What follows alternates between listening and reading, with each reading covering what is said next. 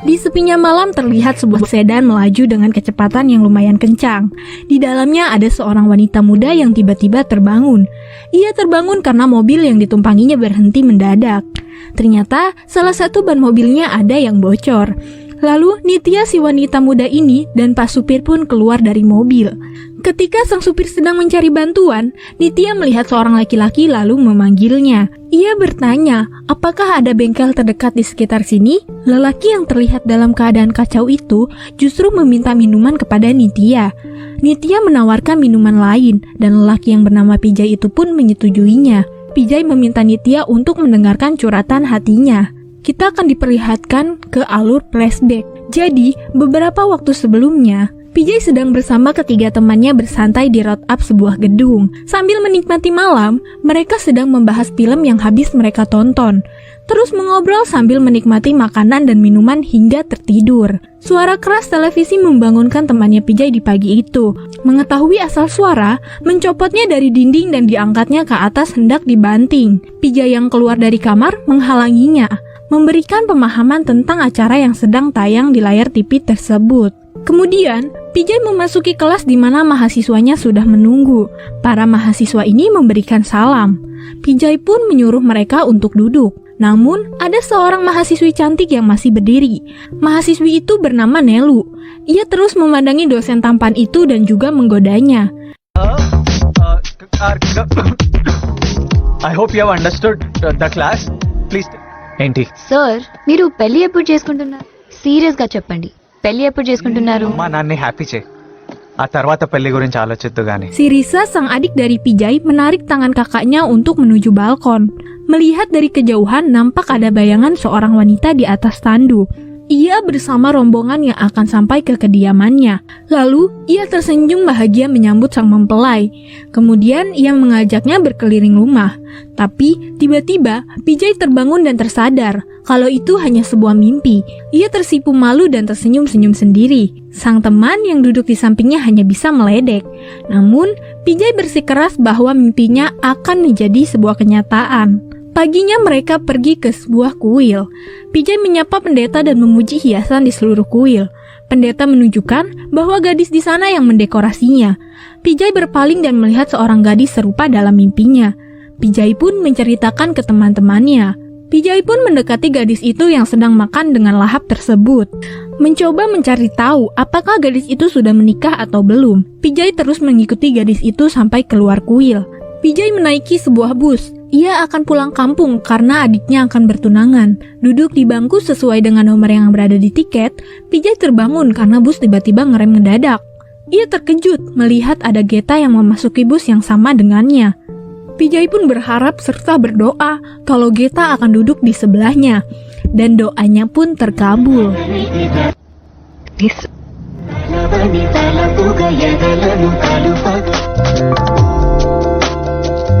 Pria tampan itu langsung menelpon temannya dan menceritakan tentang gadis yang duduk di sampingnya, meminta saran bagaimana cara berkenalan dan mendekatinya. Pijay yang menuruti saran temannya berusaha menyapa dan mengajak berkenalan. Geta yang terlihat cantik dengan senyumnya tidak terlalu menanggapinya.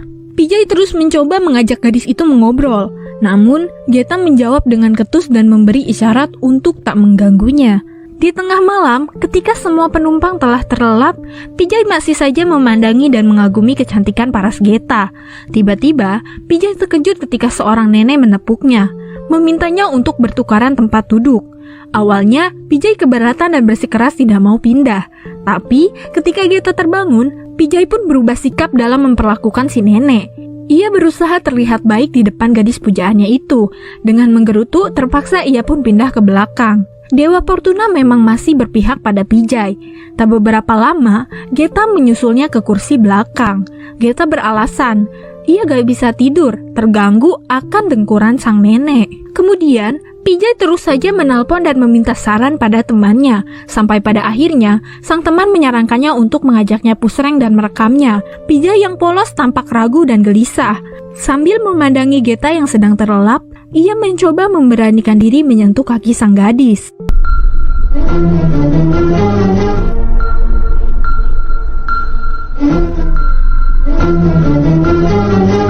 Akhirnya, ia memberanikan diri untuk mendaratkan bibirnya. Namun, ia menarik kembali dirinya karena ia terlihat ragu untuk melakukannya. Merenung dengan pikirannya, apakah ini hal yang benar atau tidak. Lalu, ia memandang lagi paras cantik itu, membuatnya tergoda untuk selfie bersama Geta.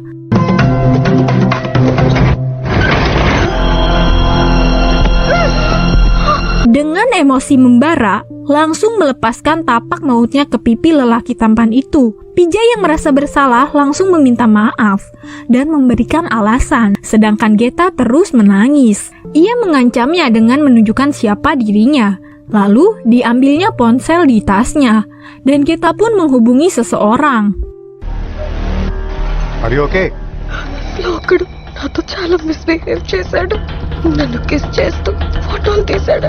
ఎక్కడున్నావే చెప్పు, నేను వెంటనే బయలుదేరొస్తాను. పొద్దున్న భానుగుడి జంక్షన్ లో వీడి శవాన్ని చూడాలి నేను. బస్సు 6 కల్లా వచ్చేస్తాను. చచ్చాడు నా చేతిలో. Sedangkan di dalam bus, Pijay terus meminta maaf, walau Geta tak menghiraukannya. Gadis itu pun mengikat kedua tangan Pijay ke kursi. Keesokan harinya, Panendra beserta anak buahnya sudah menunggu di tempat yang disepakati. Memberhentikan bus pertama yang lewat, memasukinya dengan sebuah kayu di tangannya. Menemukan Geta yang terlihat sedih duduk di kursi belakang. Ia memanggil adiknya dan Geta pun hanya bisa memalingkan wajahnya ke arah jendela yang sudah bolong.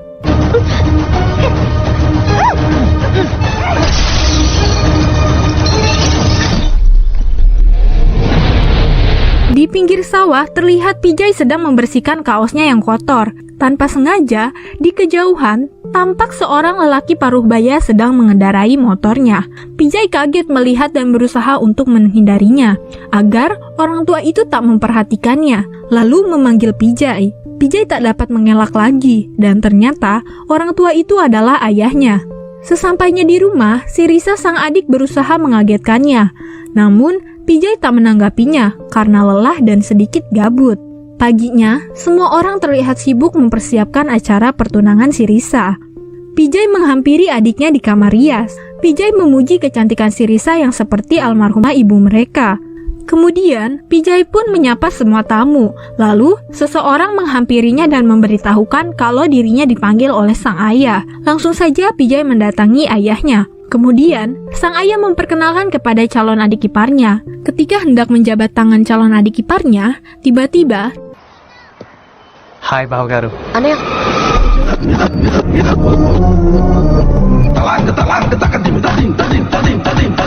dengan tangan bergetar, Pijay menjabat tangan Panendra. Calon adik iparnya pun menanyakan, kenapa tangannya bergetar. Ayah Pijay pun menjelaskan bahwa anaknya itu mungkin kelelahan karena baru sampai kemarin. Raut muka Panendra langsung berubah, dan semua orang dari pihak Panendra pun langsung melihat ke arah Pijay. Pijay nampak panik dan ketakutan hanya bisa menunduk. Kemudian, pesta pertunangan pun dimulai. Semua tampak bergembira. Setelah acara selesai, Pijay menemui Geta. Ia meminta maaf dan berterima kasih karena ia tak memberitahukan kakaknya. Alasan Geta tak memberitahunya karena menurutnya bukan adik Pijay lah yang harus menerima hukumannya. Kedua keluarga berkumpul mengadakan rapat, membahas tanggal untuk pernikahan. Maka dari itu, perwakilan dari pihak pria dipercayakan kepada Geta dan dari pihak wanita dipercayakan kepada Pijay untuk mempersiapkan semua kebutuhan pernikahan. Pijay yang telah kembali ke kota kembali berkumpul bersama teman-temannya dan menghabiskan waktu dengan minuman racikan. Ia kecewa dengan salah satu temannya itu karena kini Pijay harus menjalani hidup dengan rasa ketakutan. Tak lama, ponselnya pun berbunyi. Ia terlihat panik ketika tahu yang menghubunginya adalah Geta. Geta yang ketus memberitahukannya untuk menjemputnya esok, dikarenakan harus belanja untuk mempersiapkan pernikahan. Keesokan paginya, Pijay sudah siap menjemput Geta. Ia terbujuk oleh temannya untuk menjemput Geta memakai motor miliknya. Akhirnya, Pijay pun menjemput Geta di kampusnya. Pijay terpesona melihat kecantikan Geta yang keluar dari kampusnya. Mereka pun pergi dengan berboncengan.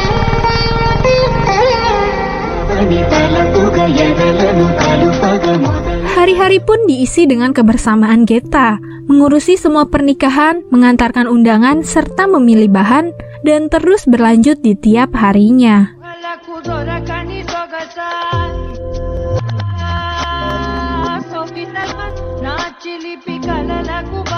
Geta menghubungi Pijay namun tak diangkat-angkat. Dengan kesalnya, Geta pun menghampiri Pijay ke kampusnya. Ia meminta maaf dan menjelaskannya. Geta terlihat bete serta menginterogasi Pijay. Lelaki itu pun hanya bisa pasrah.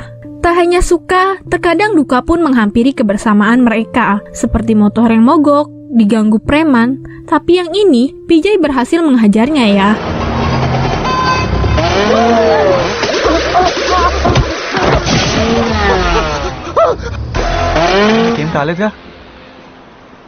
Dan di hari selanjutnya, mereka tertangkap razia.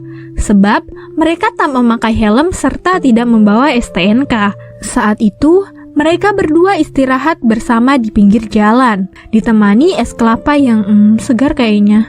Jadi pengen. Tidak beberapa lama kemudian, temannya datang mengantarkan mobilnya. Malam harinya di dalam mobil, Geta merasa lapar di tengah perjalanan.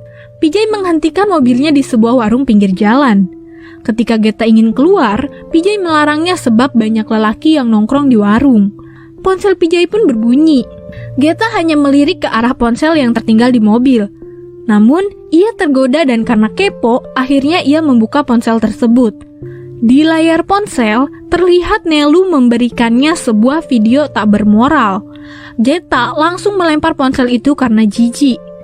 Dan gadis ini pun semakin yakin kalau Pijay memang bukan pria yang baik. Lelaki yang tampak bersemangat itu bingung dengan sikap Geta yang gak mau makan dan ngotot minta diantar ke hotel.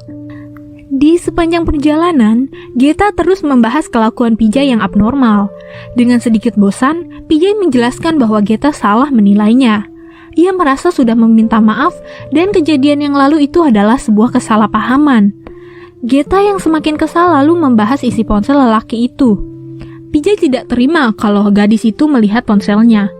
Biar bagaimanapun, kita tidak boleh menyentuh mengusik yang menjadi milik kesenangan orang lain. Geta terus menyebut isi ponsel Pijay hingga membuat lelaki itu penasaran. Ada apa sebenarnya dengan ponselnya? Pijay pun mengambil ponselnya dan mengeceknya. Saat membukanya, ఇప్పుడు నచ్చుతాను చూడండి. Madam, నాకు ఏం తెలియదు madam, please madam. Pijay yang merasa tidak mengetahui apa-apa mencoba menjelaskan kepada Geta. Namun, gadis itu terus saja menghina keluarganya, mempertanyakan didikan ayahnya, dan ocehan-ocehan lainnya. Hal itu membuat Pijay tersinggung dengan semua ucapan dan perlakuan gadis itu. Pijay marah besar hingga emosinya tidak terkontrol. Geta yang kaget dengan sikap Pijay mengancam akan turun dari mobil. Pijay yang dalam keadaan emosi malah senang dan menyuruhnya untuk turun.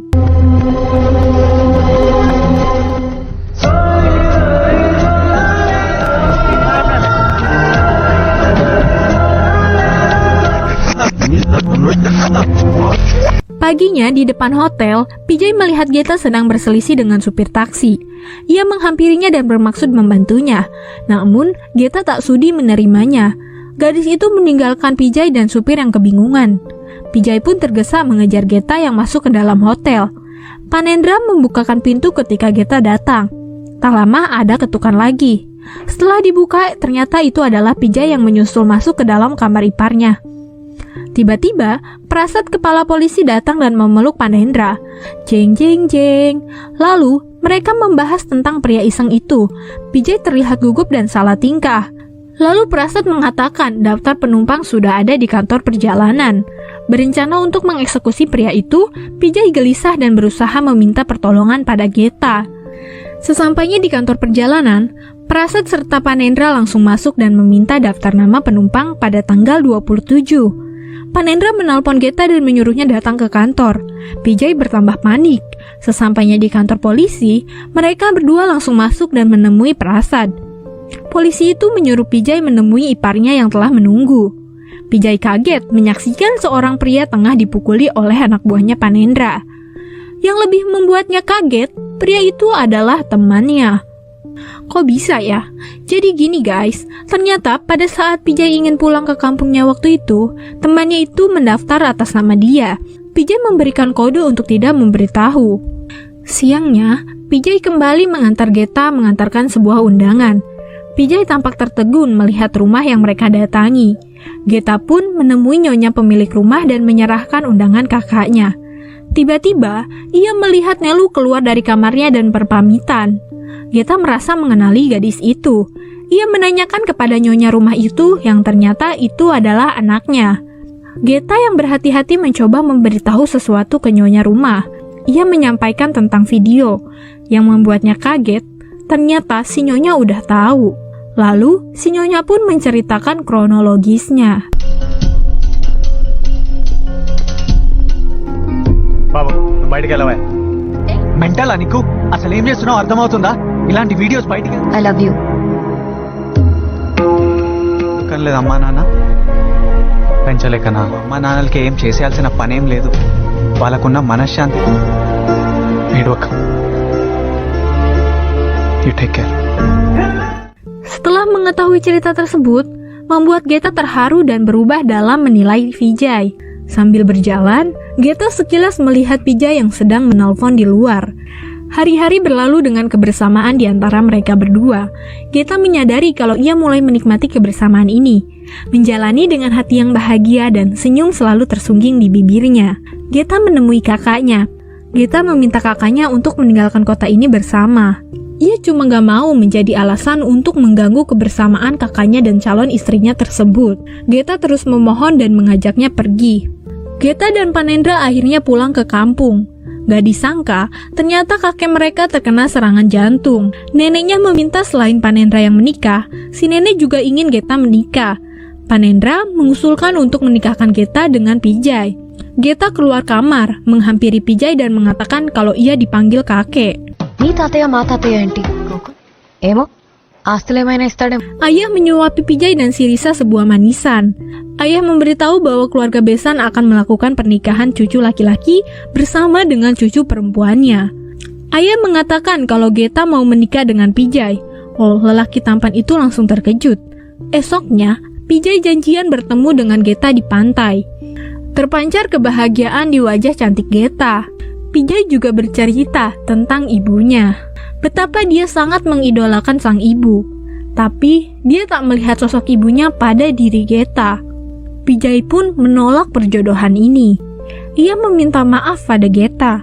Gadis ini nampak menerima dan memahami, walau sebenarnya hatinya hancur.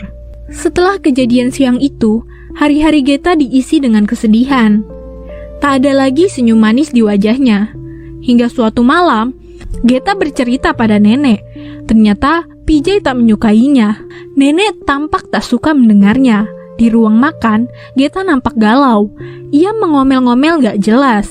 Nenek menelpon temannya dan menanyakan tentang saudara temannya itu. Ia menyuruhnya datang malam ini ke rumah, karena akan dinikahkan dengan Geta. Esoknya, si pria London itu datang, meminta berkat pada semua orang. Nenek terlihat menyukainya. Semua orang nampak berbahagia mempersiapkan pernikahan, kecuali Geta yang nampak sedih. Acara adat mulai berlangsung, pemberkatan, dan beraneka ragam lainnya.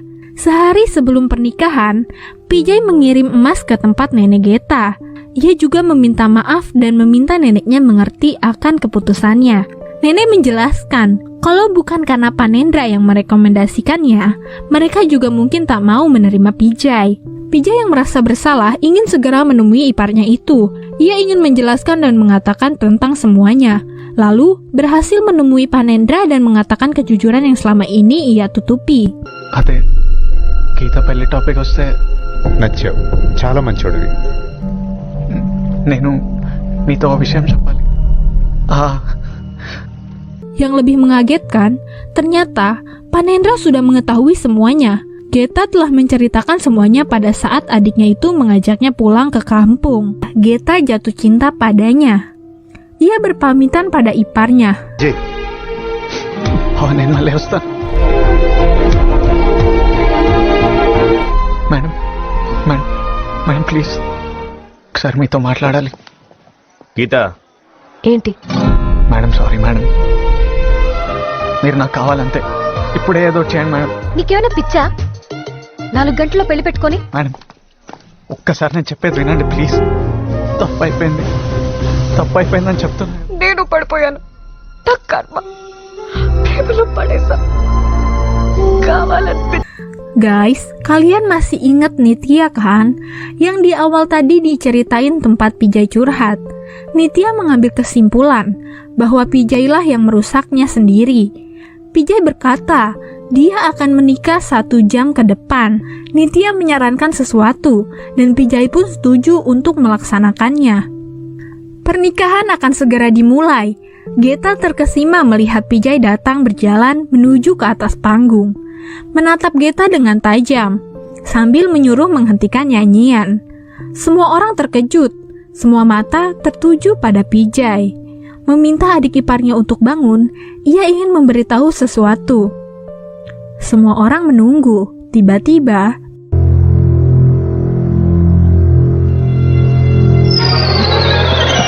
రేగు విజయ్ అందరూ చూస్తున్నారు ఇది చాలా sensitive issue బావా ప్లీజ్ బావా గీత నాకు ఇచ్చే బావా విజయ్ ఫస్ట్ లే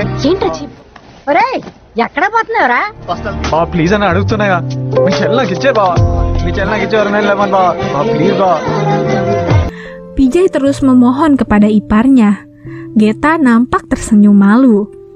Terus memohon sampai pada akhirnya Panendra melihat ke arah adiknya dan Geta mengatakan untuk memberinya. Mereka pun akhirnya menikah. గీత 6 months నా ఒంటి మీద చేసావు. ఇట్లా జరిగిపోయింది ఎవడ కట్టించుకుని Begitulah akhir dari film ini. So guys, India memang paling terkenal tentang kisah percintaan, tarian, harta, dan dendam.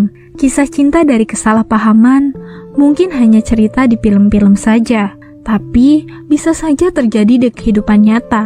Kita kan gak pernah tahu ya guys. Namun, menariknya film yang satu ini adalah mengajarkan norma-norma kekeluargaan yang harus dijaga. Cinta tak hanya soal pengorbanan dan pengertian, tapi juga tentang harga diri dan rasa sakit. Saran saya gak ada salahnya kalian nonton full filmnya, karena film ini lumayan bagus dan berkualitas. Thank you for watching and see you di next video. Dadah!